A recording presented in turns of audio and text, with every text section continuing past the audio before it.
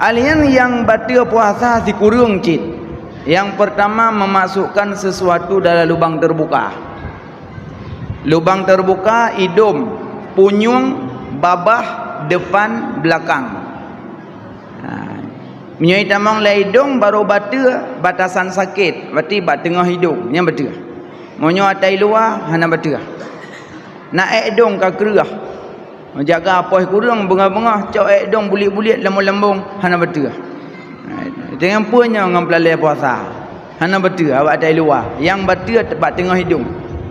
Yang kedua lampunyung. Baru betul itamong batasan sakit. Berarti korek-korek punyung. Yang betul. Nyai luar hana. Tengku kuat mana lang keruang. Bangku tengah kasu lah oleh tung. Yang kiban. Yang betul. Kabak kata nom. Beda kasuh mana yadah. Yang mana lang keruang.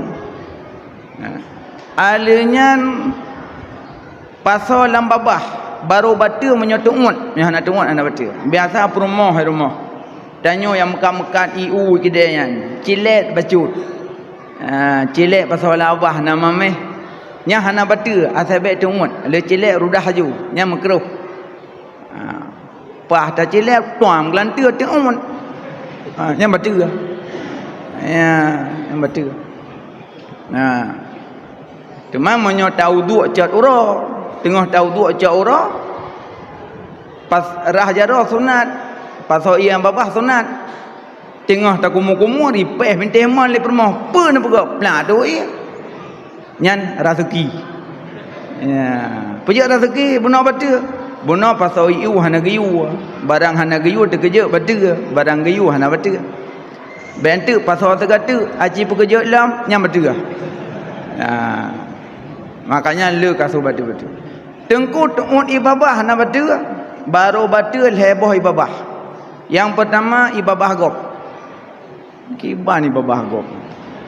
Ibabah gop berarti maaf ciuman suami isteri bulan Ramadan hana betul. Tapi menyoter tukar lidah betul. Nya maksudnya. Yang kedua ibabah mu pisah dengan babah. Menyoter uat betul. Kai tu biar ulua tarik ilmu. Nya betul.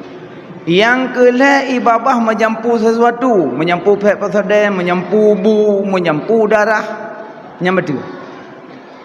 Tungku talon ego belum puasa nak betul, batal menyotungun ego.